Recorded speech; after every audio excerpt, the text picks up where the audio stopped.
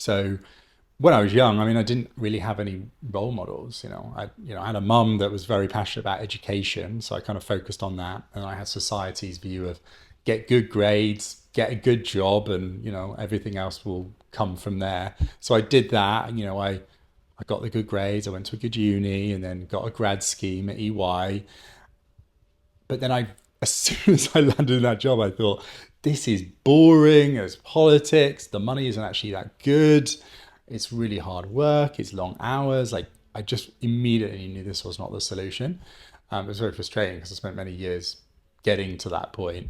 So I then went on a journey of slowly pivoting out of there. And so what I did was I moved into an area that was more transferable. I started in tax, in international tax, moved into management consulting because I knew that that was more transferable and more enjoyable for me. A question on knowing that that was more transferable and maybe had would lead to your next step. How did you kind of figure that out at someone at that point? Were there other people in the company, other people that left the company?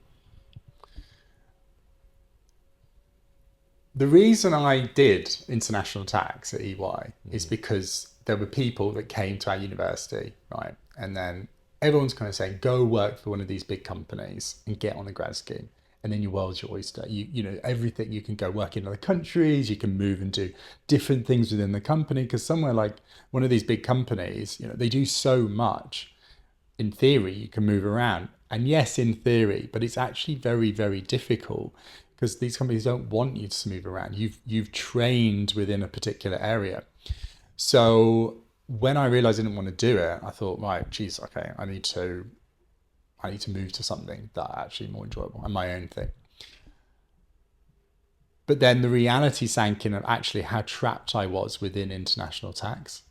So moving externally to another company was even more difficult, pretty much impossible to do something more interesting like consulting. So the only way I could do it was within the company. And even then it was very difficult. I had to work my ass off to make that transition and really prove myself. And we won't get into how I did it, but it was just through massive action, essentially.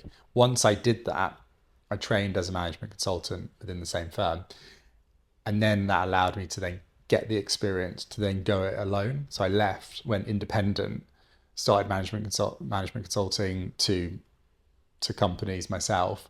And then it was by building that money up through doing that I then took that money, invested in various things, including property, and then was able to structure it in a way where I could go, you know what, I don't need to do this anymore. I can retire because my money is producing passive income and I can live off that. It was, I would say, one of the hardest things though is to actually stop